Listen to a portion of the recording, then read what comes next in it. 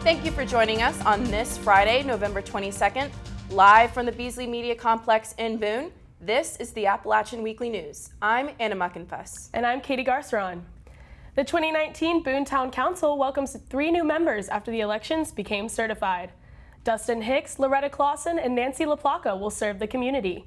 The unofficial results on November 5th were called for Virginia Roseman, but LaPlaca won the election by 15 votes. The new members will be sworn in next month.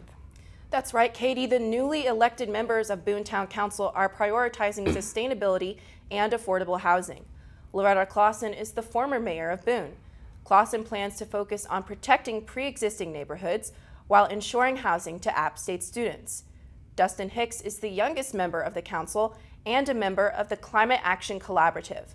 The collaborative is working toward a climate-neutral town government by 2030 and expanding solar energy and public green spaces. Hicks is also working to preserve historic neighborhoods. I think in a lot of ways the priorities are going to be similar as they have been for a long time, but they might get a little more nuanced in aspects of sustainability especially, and perhaps when it comes to social justice as well, just because of what we both bring to the table. Clausen and Hicks will serve a 4-year term, and LaPlaca will serve a 2-year term. Watauga County has the second highest poverty rate in North Carolina. As Thanksgiving approaches next week, our correspondent John Park reports on what Appstate and the local community are doing to raise awareness and combat hunger. 43.1 million Americans live below the poverty level. 549,000 Americans are homeless every single night, and 42 million Americans are at risk of suffering from hunger. Around the nation, hunger and homelessness are real problems that plague the country, but may not always get the attention that they need. Hunger and Homelessness Awareness Week, which traditionally occurs before Thanksgiving, brings attention to these real problems that a large number of Americans are currently facing.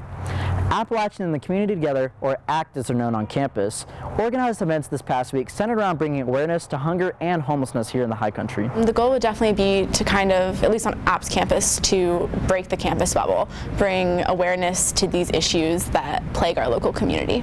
Kiara Brasati is the co-educational chair of the Hunger and Homelessness Awareness Committee in the ACT office.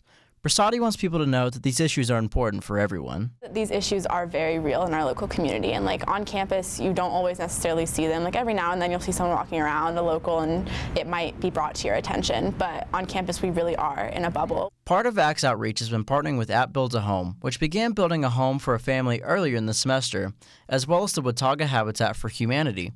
Allison Jennings, Development Director for the Watauga County Habitat for Humanity, says that the people most vulnerable to food insecurity and homelessness are those who live on the outskirts of Watauga. I would say that the population that struggles the most would be people that are living on the outskirts of Watauga County in the far western area. Off campus, resources are available for those who might be in need.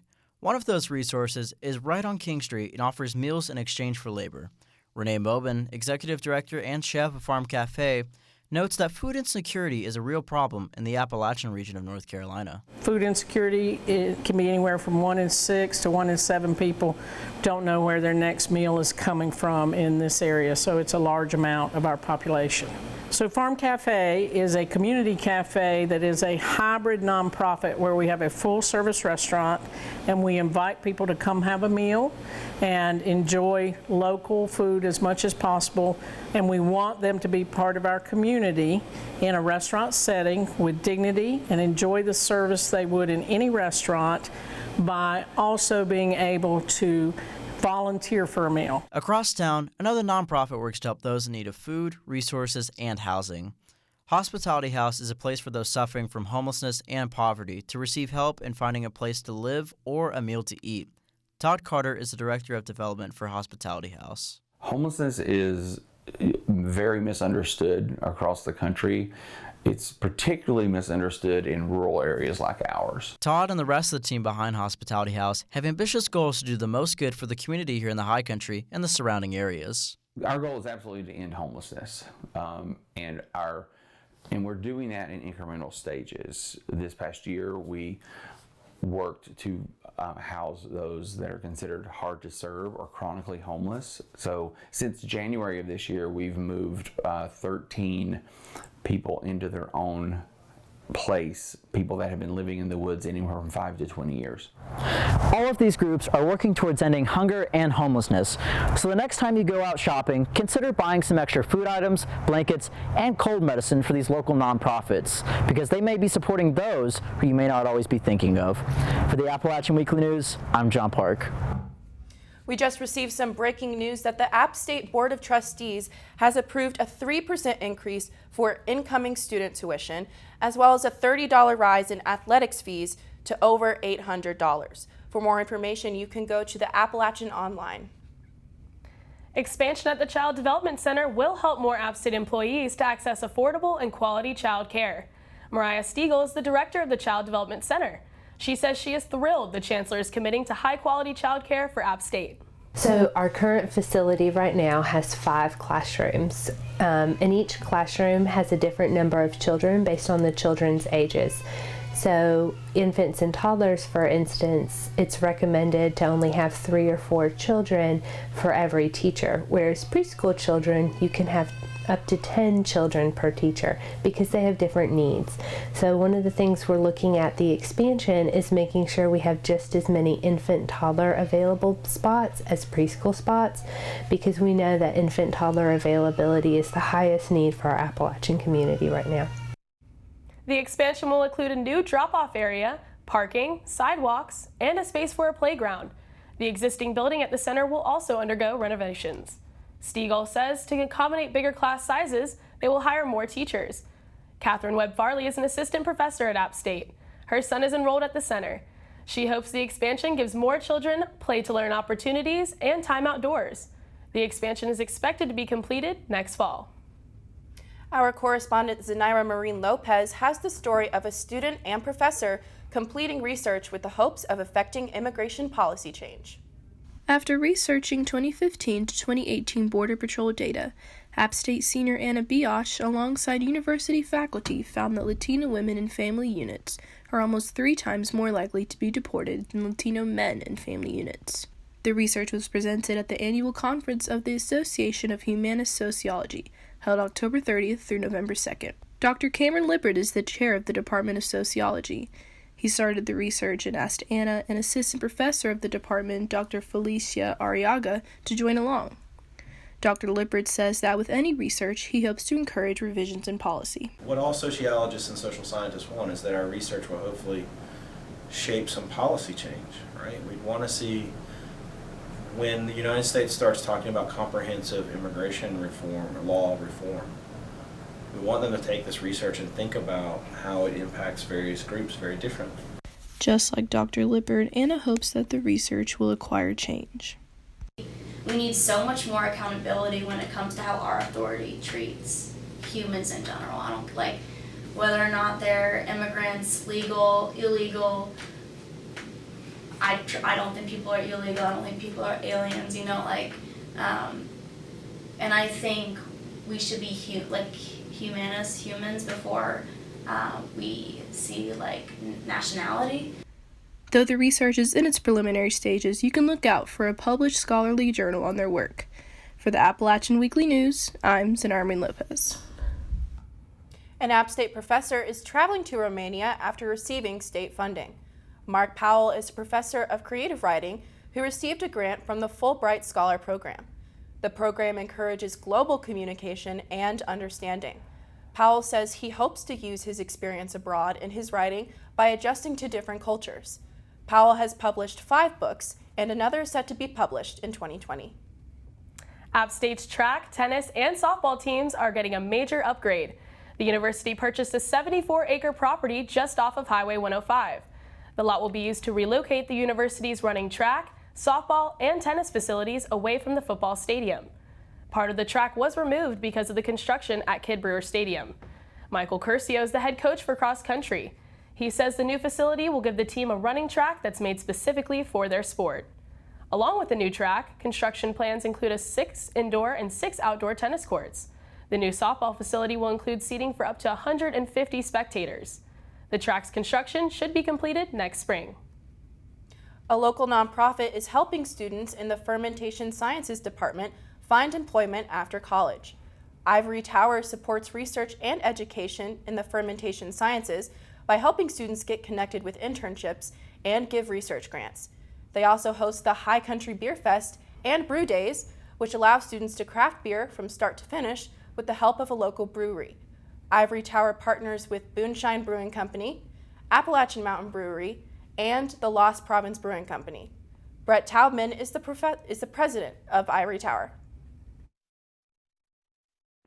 We use it to support education and research in fermentation sciences. That's its primary mission. It's a private entity separate from the university, but we use it to collaborate with folks in the industry as well as to host the High Country Beer Fest. That generates revenue that we can then donate back to the program here at the university. Ivory Tower will expand beyond alcohol to other areas of fermentation science, like food. Taubman says the next step for the program is hot sauce. Speaking of hot, let's check in on how sports are heating up with Connor Davidson. Katie, some of our teams have certainly been hot, but for Appstate men's basketball, they've had some highs and some lows in their past couple games. Last Saturday, they took on Tennessee Tech in Greensboro as part of the Spartan Invitational. They won that game 69-47, and it was Isaac Johnson who led scorers this time with 15 points. On Monday, they took on UNC Greensboro. Mountaineers did not play nearly as well in this one. UNCG took the win 55-41. App State shot just 29% on field goals and 22% on free throws. Last night, the Mountaineers looked to bounce back in the whiteout game against UNC Charlotte. App State played a great first half, which gave them a 13-point cushion going into the break. In the second half, Charlotte started to make a late push, but it wasn't enough. App State won 64-55, and O'Shawn Williams led the team with 18 points. Their next game is on Tuesday against East Tennessee State. Women's basketball is still searching for its first win of the season. In their last game, they had to take on number 6 ranked South Carolina, which was a blowout win for the Gamecocks. Before that, they lost an overtime thriller to Elon 66-67. Their next game is at home tonight at 6:30. What better place to get their first win than in front of the home crowd? App State men's soccer wrapped up its season in the Sun Belt Conference Tournament. In the first round, they defeated Howard 3-0 behind goals from Mason Robichaux, Mark Frogner, and Alex Hernandez. That win advanced them to the semifinals. There, they took on Coastal Carolina. In the first 10 minutes of the game, Coastal scored 2 goals, and despite a late push, App State could never recover. Mountaineers were defeated by a final score of 2-1. Coastal would go on to win the championship. App State volleyball had a head full of steam going into the conference tournament.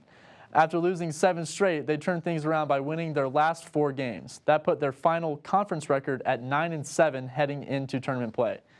Last night, they took on UT Arlington in the first round of the tournament. This was a very competitive match all the way to the end, but the Mountaineers couldn't seem to catch a break. The Mavericks took the win over App State 3-1. App State football took on Georgia State last Saturday in Atlanta. Georgia State was up on the Mountaineers 21-7 in the first quarter, but that lead did not last long. App State scored 49 straight points en route to a 56-27 win. Zach Thomas put on a show in this one. He threw for 256 yards and 4 touchdowns, ran for 52 yards and a touchdown. The next game for the Mountaineers is tomorrow at 2:30 against Texas State in Kid Brewer Stadium. This is definitely a game App State should win, and I don't see them having too much trouble. With a win tomorrow, they would be one step closer to playing for a conference championship and also keep a small sliver of hope alive for playing in the Cotton Bowl. I'm Connor Davidson. That's all for sports this week. Katie, Anna, it's going to be a wet one tomorrow. All right, if you're going to the game tomorrow, bring a rain jacket. And now it's time for your High Country High Note. Kids who live in the Bradford Mobile Homes Park are getting a chance to be just that, kids. JB Birch is the Boys Night Program Coordinator at Boone United Methodist Church. JB and his wife Laura started the Boys and Girls Night program more than 10 years ago to do something positive in the community. In the program, kids like to play games, watch movies, play basketball, dance, and bowl. JB also led a trip recently, taking all of the boys to Mexico. JB says the goal of the program is to teach kids to value their diversity and know they are special. Speaking of someone special, we actually have a birthday in the studio this week. It is my co-anchor here, Anna Muckenfuss's birthday. Thank you, so Katie. if you can, wish her a happy birthday. That's our report this week, and I'm Katie Garceran. And I'm Anna Muckenfuss. For all of us at the Appalachian Weekly News, thank you for watching. Have a happy and safe Thanksgiving. We'll see you next time.